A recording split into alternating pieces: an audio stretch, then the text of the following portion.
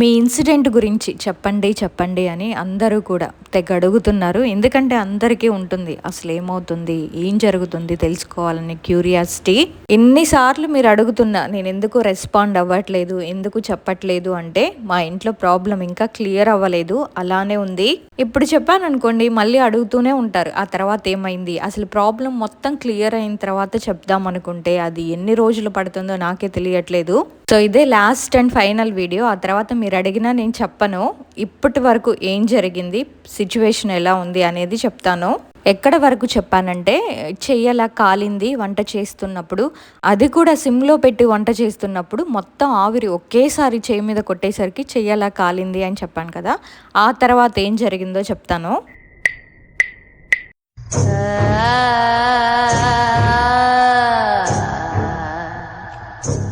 మా ఇంట్లో జరుగుతున్న ఇన్సిడెంట్స్ విన్న తర్వాత అందరూ కాదులేండి, కొంతమంది అసలు హారర్ వీడియోస్ చేయడం అవసరమా, ఆపేయండి కొన్ని రోజులు అని చెప్పారు.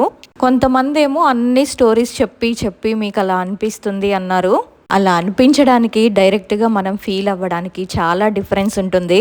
సో ఏదేమైనా సరే, మా ఇంట్లో ఏది ఉన్నా సరే నేను చేస్తున్న పనిని మాత్రం ఆపేదే లేదు అనుకొని ఒకరోజు ఒక రాత్రి 11:30 అలా అవుతుంది టైము. మా వారు మా బాబు ఇద్దరు కూడా బెడ్రూమ్లోకి వెళ్ళి పడుకున్నారు. నాకు వర్క్ ఉందని చెప్పి, యూట్యూబ్ వర్క్ ఉందని చెప్పి నేను ఒక్కదాన్నే హాల్లో కూర్చొని హారర్ ఇన్సిడెంట్కి వాయిస్ ఓవర్ ఇస్తున్నాను. అలా టైము 12 అయ్యింది. నేను చూసుకోలేదనమాట. నేను నైట్ 10:30 నుంచి వర్క్ చేసుకుంటూ ఉన్నాను. నాకు తోడుగా మా వారన మా బాబు ఇద్దరు ఆడుకుంటూ ఉన్నారు. వాళ్ళు 11:30కి లోపలికి వెళ్ళిపోయారు. అప్పటి నుంచి నేను ఒక్కదాన్నే హాల్లో కూర్చొని ఉన్నాను. వాళ్ళు లోపలికి వెళ్ళేటప్పుడు కూడా మా వారు పిలిచారనమాట.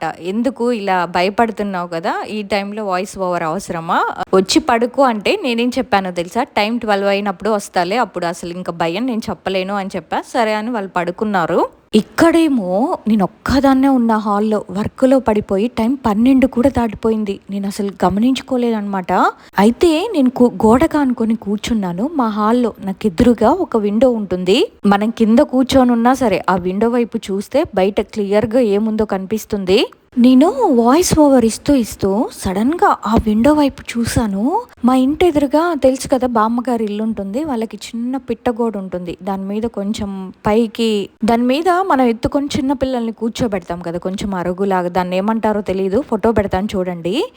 దానిపైన ఒక ఆడాత్మ జుట్టంతా విరబూసుకొని, ఒక కన్నేమో తెల్లగా, ఒక కన్నేమో నల్లగా, దాని జుట్టు ఎంత పొడుగుందంటే అది నా వైపు తిరిగి, దాని ఇప్పుడు మనం చిన్నపిల్లల్ని పైకెత్తి కూర్చోబెడితే వాళ్ళు ఎలా కూర్చుంటారు, సేమ్ అంతే అలాగే కూర్చుంది. 2 కాళ్ళు కిందకి వేలాడదీసి.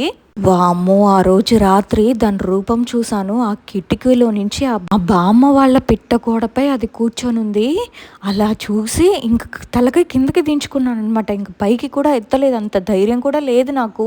ఎంత భయం వేసిందంటే ఆ రోజు రాత్రి. మళ్ళీ కాసేపు ఆగిన తర్వాత చిన్నగా చూసా, అక్కడే ఉందేమో అని. కనిపించలేదు. ఇంకా చిన్నగా కిటికీ దగ్గరికి వెళ్ళాను, బయట ఏమైనా కనిపిస్తుందా అని. ఏమీ లేదు. టైం చూస్తే 12:15 అయ్యింది.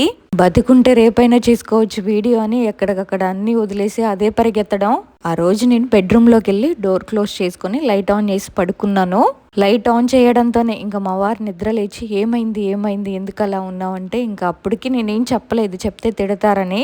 ఇంకా భయంగా అంతే వెళ్ళి మా వారి పక్కన పడుకున్నాను.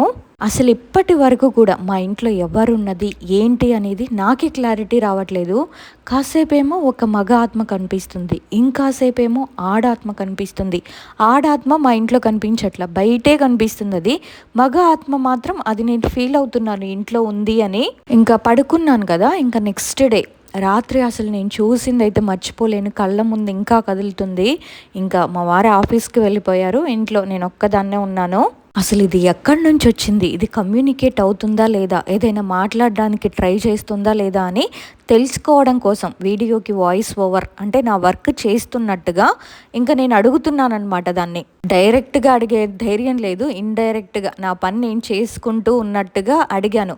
అసలు ఎవరు నువ్వు, ఎందుకు వచ్చావు, ఎందుకు నన్ను ఇలా ఇబ్బంది పెడుతున్నావు, నీకేం కావాలి, అసలు నా నుంచి నీకేమైనా హెల్ప్ కావాలా, లేకపోతే నా నుంచి నువ్వేమైనా ఆశిస్తున్నావా, ఎందుకు ఇలా కనిపించినట్టుగా ఉన్నట్టుగా మనిషిని భయపెడుతున్నావు, నాకు తెలిసి నేనేం నీకు అపకారం చేయలేదు, అసలు నువ్వు ఎందుకు చనిపోయావో, నువ్వు చనిపోవడానికి కారణమైన వాళ్ళెవరో వాళ్ళ దగ్గరికి వెళ్ళి నీ ప్రతాపాన్ని చూపించుకో, అంతేగాని నాలాంటి అమాయకురాల్ని భయపెడితే నీకేం వస్తుంది చెప్పు అని ఇలా దాదాపు ఒక అరగంట సేపు దాంతో నేను మాట్లాడాను. బట్ అది నాకేం చెప్పలేదు.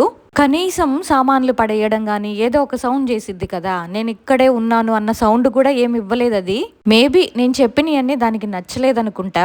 సరే, మార్నింగ్ అది అయిపోయింది. ఇంకా సాయంత్రం అనమాట, నైట్. ఆఫ్టర్నూన్ టైంలో కొంచెం ఫ్రీ టైం దొరికితే కొంతమంది పడుకుంటారు కదా, నాకేంటంటే ఆ అలవాటు కూడా లేదనమాట. మార్నింగ్ టైంలో నేను ఎప్పుడు పడుకోను.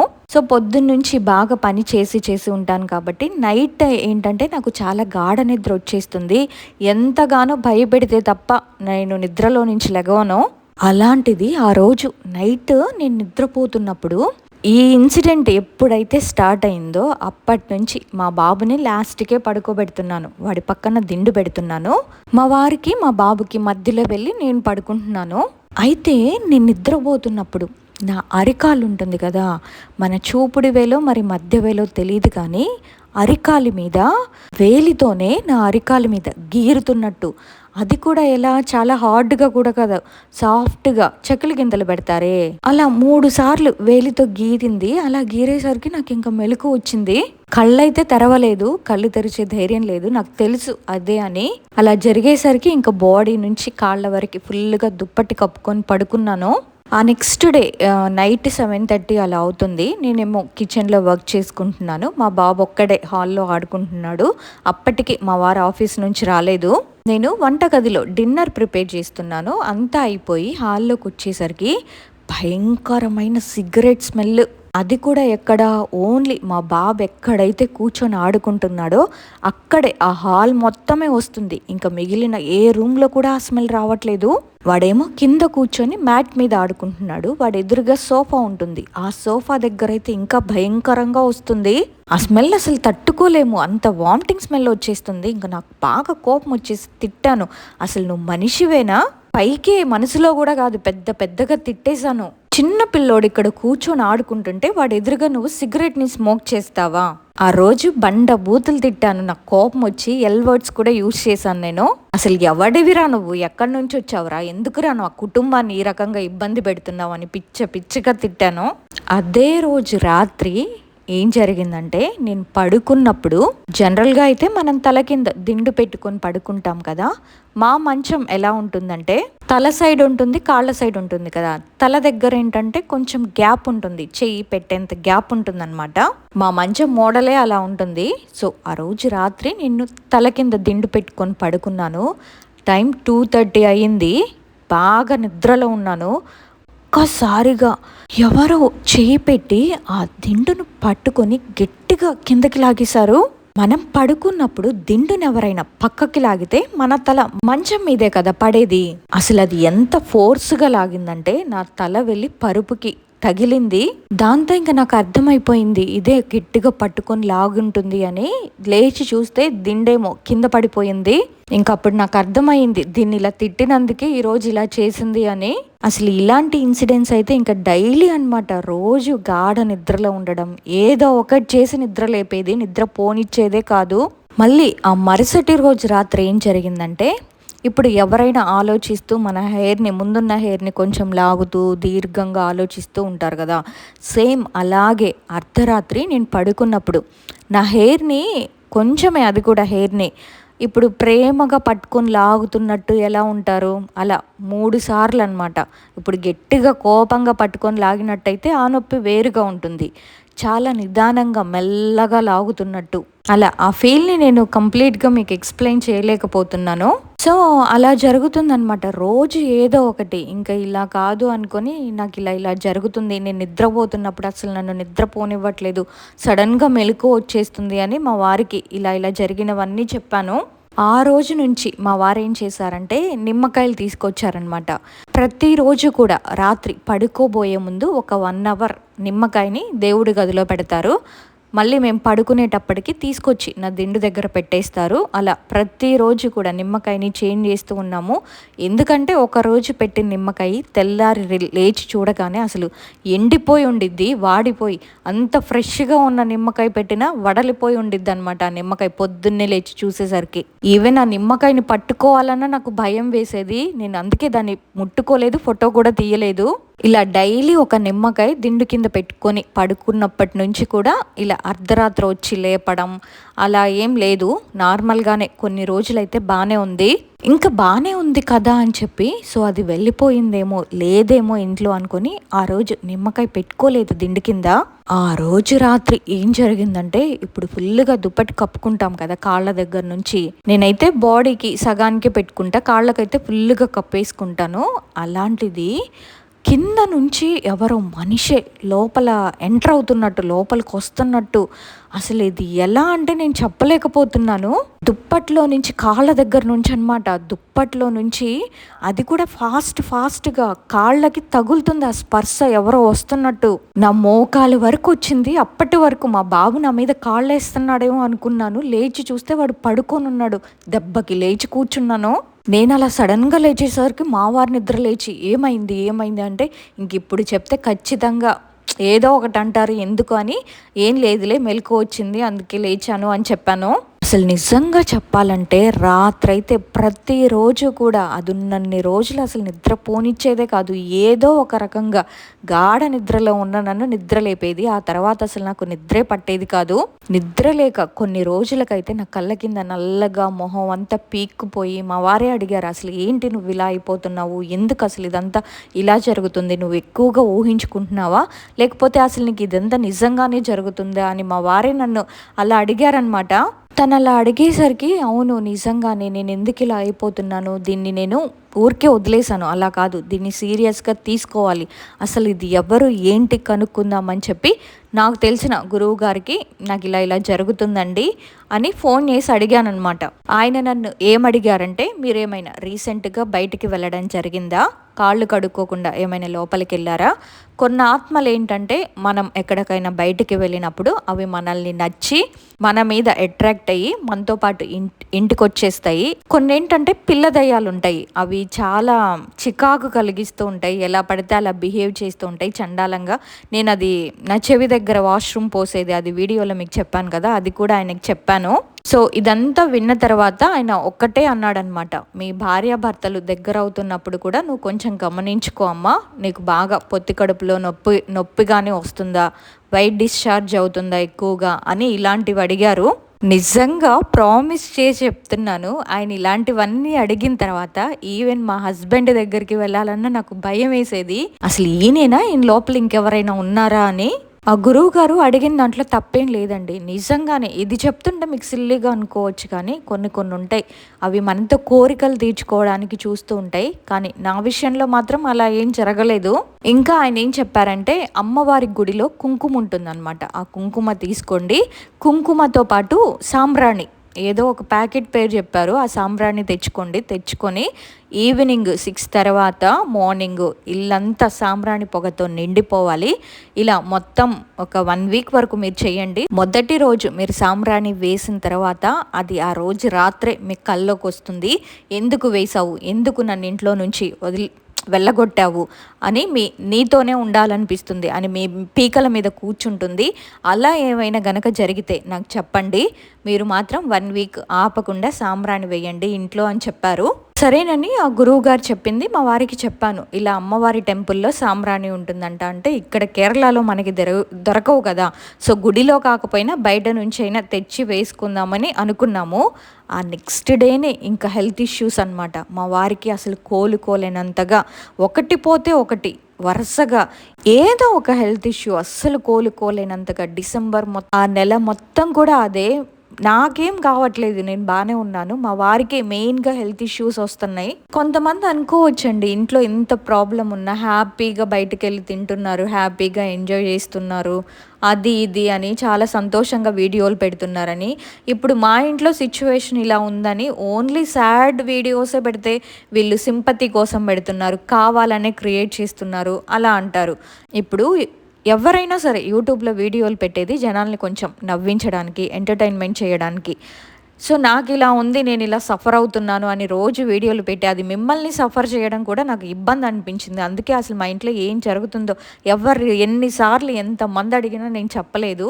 లాస్ట్ ఇయర్ డిసెంబర్ మంత్ అంత వర్స్ట్ మంత్ అస్సలు ఎక్స్పీరియన్స్ చేయలేదండి. అసలు ఏం వండుకున్నామో ఏం తిన్నామో కూడా తెలియదు. మా వారికి ఆ రకంగా హెల్త్ ఇష్యూస్ వచ్చినాయి. ఆ గురువు గారికి నేను ఫోన్ చేయడం, ఆయన సాంబ్రాణి వేయమని చెప్పడం, మేము వేస్తాము అనుకున్నాము కానీ వెయ్యలేదు. ఆ నెక్స్ట్ డే నుంచి ఇలా జరిగిపోయింది. ఇంకా సాంబ్రాణి లేదు, ఏం లేదు, ఇంకా అలాగే ఉన్నాము. ఇదిలా ఉండగా డెలివరీ బాయ్ నాకు ఇన్స్టాలో మెసేజ్ చేశాడు, అక్క ఒకసారి ఫ్రీగా ఉంటే కాల్ చేయండి, నేను నీతో మాట్లాడతాను అని. నేను కాల్ చేశాను. కాల్ చేసిన నేను ఇంట్లోనే ఉన్నాను కాబట్టి నాకు ఇలా జరుగుతుంది, ఇది ఉంది అని నేను చెప్పలేను. ఎందుకంటే చెప్తే అది ఇంకా ఎక్కువ అవుతుంది నాకు. మా ఇంట్లో ఏం జరుగుతుందని వీడియో పెట్టాను కదా, ఆ తర్వాత ఇంకా టార్చర్ ఎక్కువయింది. సో అందుకే తను ఏం చెప్తున్నాడో వింటున్నాను తప్ప నా పరిస్థితి ఇలా ఉంది అని తనకి ఆన్సర్ చెప్పట్లేదు, సమాధానం ఇవ్వట్లేదు. సైలెంట్గా తను చెప్పినవన్నీ విన్నాను.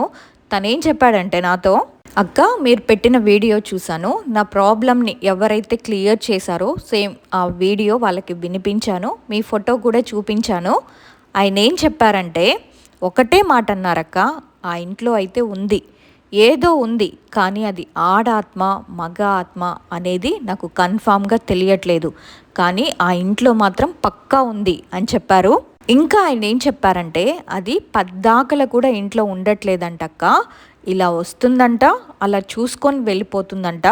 ఎప్పుడు 24 గంటలు కూడా అది ఇంట్లో ఉండట్లేదు. తనకి కావాల్సినప్పుడల్లా వస్తుంది, తనకి అవసరం లేనప్పుడు అది ఇంట్లో నుంచి వెళ్ళిపోతుంది.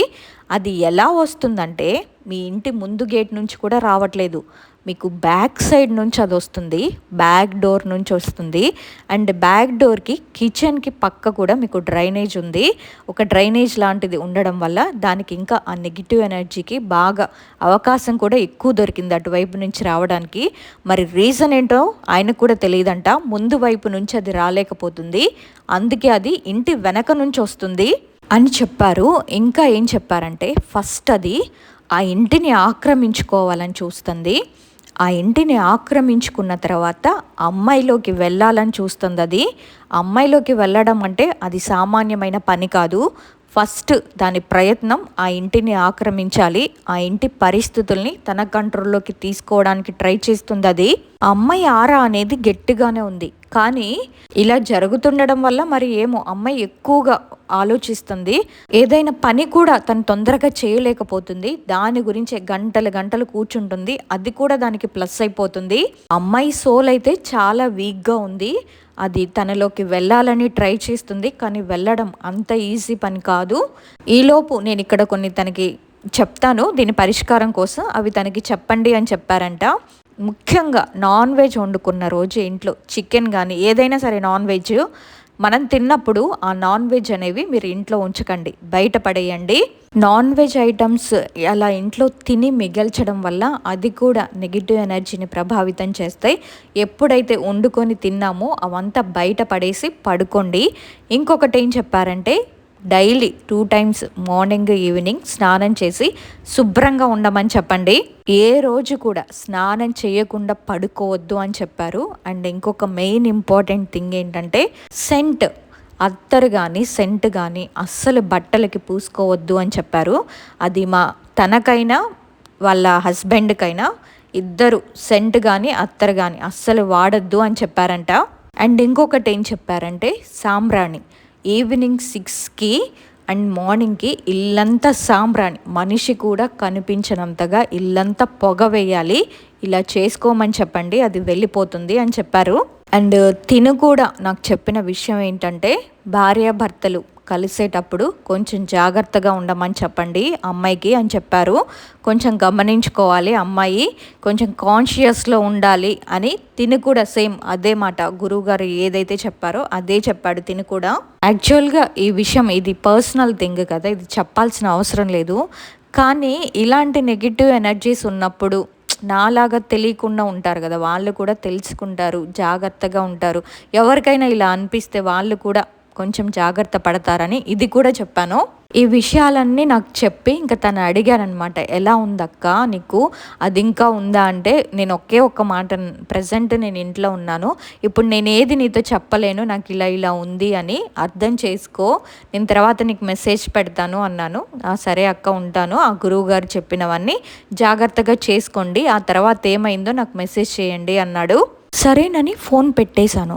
ఇంకా నిదానంగా కూర్చొని ఆలోచిస్తే ఎవ్రీ పాయింట్ ఏదైతే ఆ డెలివరీ బాయ్ నాకు ఇన్ఫామ్ చేశాడో అది 100% కరెక్ట్. ఎందుకంటే బ్యాక్ సైడ్ లైట్, బయట వాషింగ్ ఏరియా ఉంది కదా, మేము అంట్లు కడుక్కునే వాషింగ్ ఏరియా, అస్సలు లైట్ పని చేయట్లేదండి. ఎప్పుడైతే మా ఇంట్లో ఇలా జరుగుతుందో ఆ లైట్ పోయిందనమాట. ఆ లైట్ పని చేయకపోయేసరికి ఇంకో కొత్త లైట్ తీసుకొచ్చి వేశారు మా హస్బెండ్. ఆ రోజు నైటే వేశారు కొత్త లైటు, అది కూడా వెలగడం లేదు. అప్పుడప్పుడు కొనుక్కొచ్చి కొత్త లైట్ వేశారు, అది కూడా వెలిగింది మళ్ళీ ఆరిపోయిందనమాట, పని చేయలేదు. ఇంకా నాకు ఆ రోజు అర్థమైంది, ఇంకా సరేలే వదిలేద్దాం తర్వాత చూద్దాం అనుకున్నాము. అప్పటి నుంచి ఆ ఏరియా మొత్తం చీకటిగా ఉంటుంది. ఎప్పుడైతే తను అలా చెప్పాడు, అవునా ఎందుకు అక్కడ లైట్ పని చేయట్లేదా, అయితే అక్కడ నెగిటివ్ ఎనర్జీ ఉందా అనుకొని ఇంకా ఎలా అయినా సరే అక్కడ లైట్ పెట్టి వేయాలని ఇంట్లో స్టోర్ రూమ్లో ఉన్న లైట్ తీసి అక్కడ పెట్టించాను.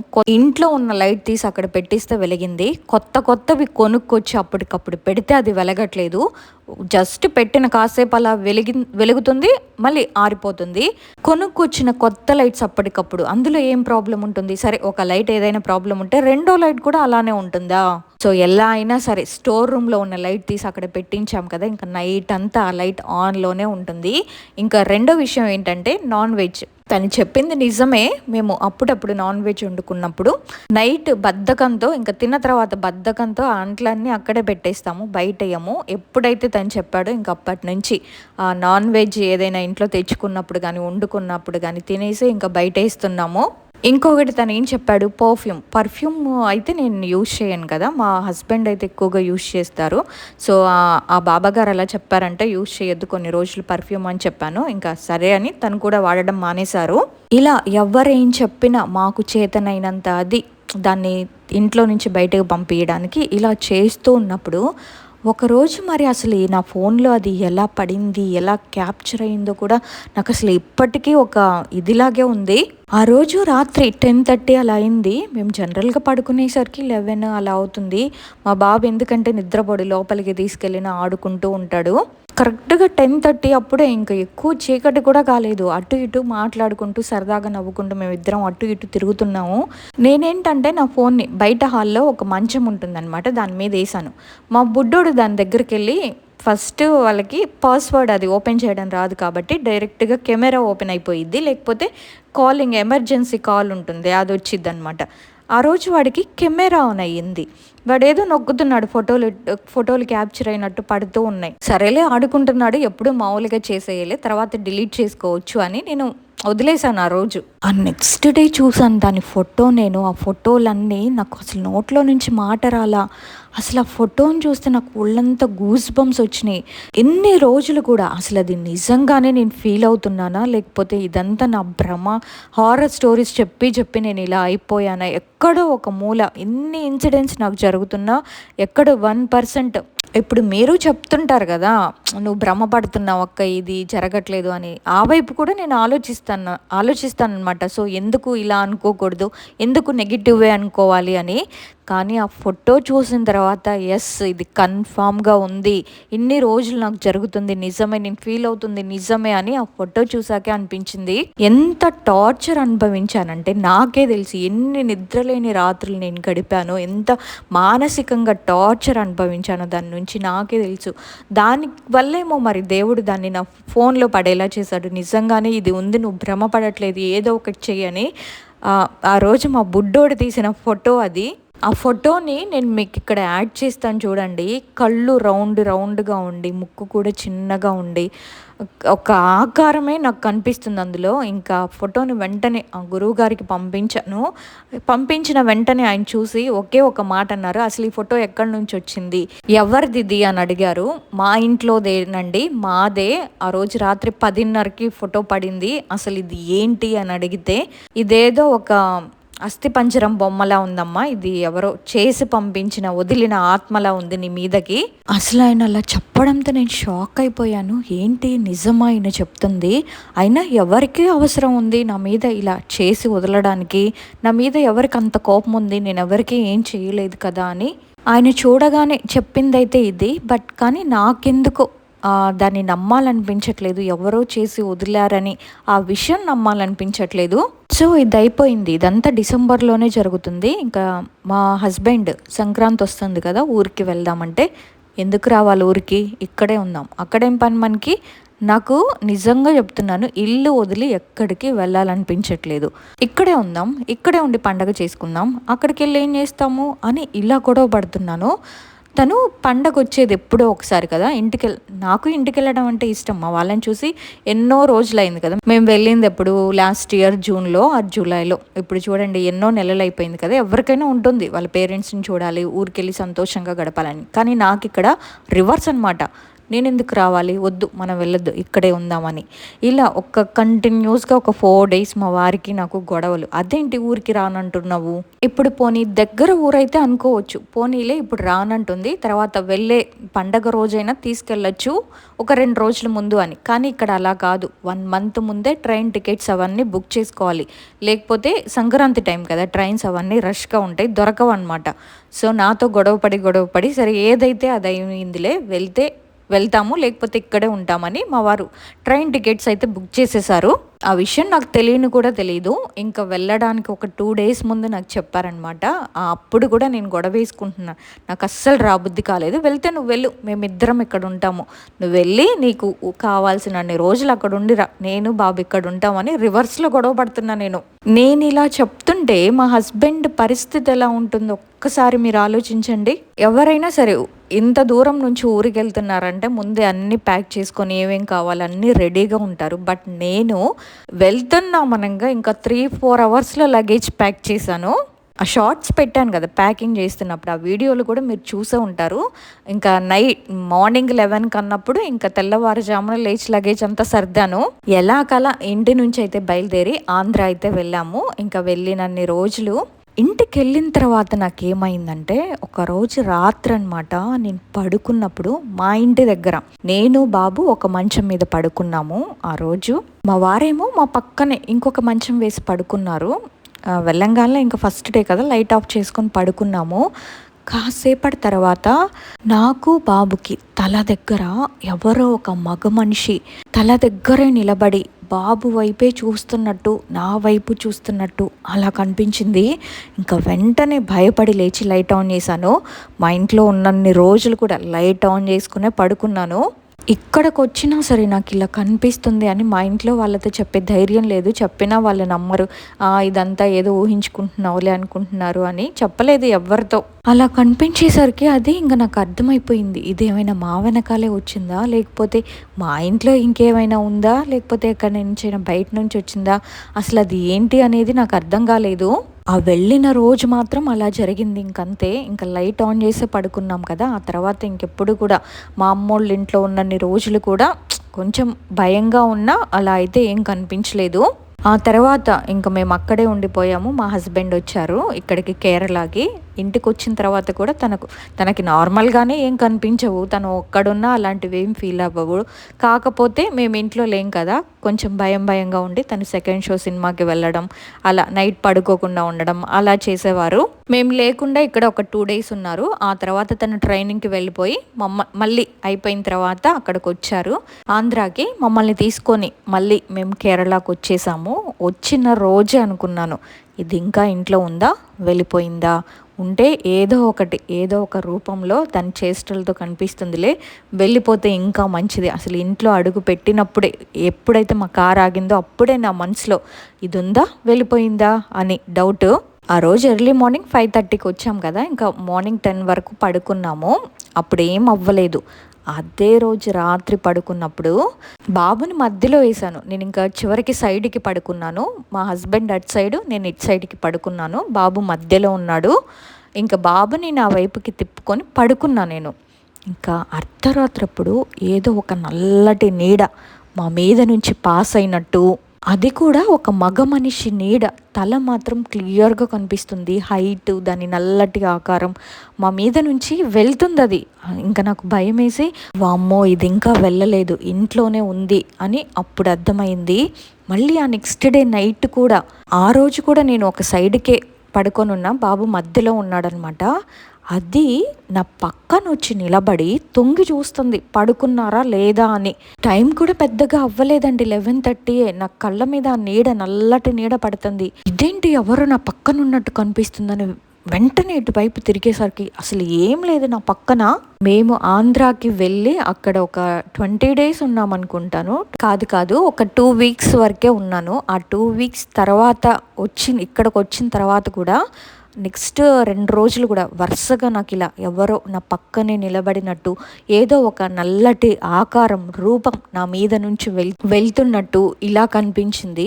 అంతకు ముందేంటంటే కొంచెం నాకు అనిపించేదన్నమాట, దిండు లాగడం, కాలుకి గోరడం, జుట్టు పట్టుకొని లాగడం, ఇలా చేసేది. రూపం కనిపించేది కాదు, కానీ ఇప్పుడు దాని రూపం కనిపిస్తుంది నా కళ్ళ ముందు. సో అదండి, ఇప్పటికీ ఉంది, పోలేదు. ఇంకా మా వారికి చెప్పాను నాకు ఇలా ఇలా జరిగింది అంటే, మా వారు ఒకటే మాట అన్నారు, ఏప్రిల్లో కానీ మేలో కానీ లేకపోతే జూన్లో అవ్వచ్చు, ట్రాన్స్ఫర్స్ వస్తాయి, ఒకవేళ వస్తే మనం షిఫ్ట్ అవుతాము, ఇక్కడ నుంచి వెళ్ళిపోతాము. ఒకవేళ రాకపోయినా సరే మనం వేరే ఇల్లు చూసుకుందాము, వేరే ఇంటిని చూసి అక్కడికి షిఫ్ట్ అవుదాము. సో ఇంకొన్ని నెలలే కదా, బాబుకు కూడా స్కూల్ ఇంకో 2 months ఉంది. ఆ 2 months అయిపోయిన తర్వాత ఇంకా సమ్మర్ హాలిడేస్ 1 month ఊరికి వెళ్ళిరా, లేకపోతే కొంచెం నీకు రిలీఫ్గా ఉంటుంది, చూద్దాము, ఏదో ఒకటి ట్రాన్స్ఫర్ వస్తే వెళ్ళిపోవడము, లేకపోతే ఇల్లు అయితే చేంజ్ చేయడము, ఏదో ఒకటి చూద్దాము అన్నారు. సో అది మేము తీసుకున్న డెసిషన్. అయితే నెగిటివ్ ఎనర్జీ ఇంపాక్ట్ అనేది మనం చెప్పేంత ఈజీ కాదండి. ఒకళ్ళు అనుభవిస్తున్నారంటే దాని ప్రభావం వాళ్ళ మీద చాలా ఉంటుంది. మెంటల్గా చాలా స్ట్రగుల్ అవుతారనమాట. ఎవ్వరికి చెప్పుకోలేరు ఇలా ఇలా జరుగుతుంది అని. ఎక్కడో ఆలోచిస్తూ ఉంటారు. ఒక పని స్టార్ట్ చేస్తే ఇంక అక్కడే ఆగిపోతారనమాట, ముందుకు కదలదు. అది రోజులైనా గంటలైనా. అసలు మెంటల్లీ మాత్రం చాలా స్ట్రగుల్స్ ఫేస్ చేస్తున్నా నేనైతే. సో మా వారు చూసి నాతో చెప్పిన మాట అయితే ఇది. సో ఆ రోజు దగ్గర నుంచి ఇప్పటి వరకు జరిగినవన్నీ, దాదాపు గుర్తున్నవన్నీ చెప్పాను. ఆ తర్వాత ఇంకొకటి మెయిన్ విషయం అస్సలు మర్చిపోయానంటే ఇది చెప్పడం. ఒకరోజు నైట్ ఏం జరిగిందంటే, టైము 12:30 అయింది. మేము మూవీ చూసి అప్పుడు లోపలికి వచ్చామన్నమాట. మా బాబు పడుకున్నాడు. ఇంకా మా వారు మాట్లాడుతూ సరదాగా నా మీద చెయ్యి వేశారు. అప్పుడు నేను కోపంగా ఆయన వైపు చూస్తూ, నా కళ్ళన్నీ ఎర్రగా అయిపోయినాయి అంట. రేయ్, నువ్వు ముందు చెయ్యి, ఎందుకురా నా మీద చెయ్యేస్తున్నావు అని తన చెయ్యిని నెట్టేశానంట నేను.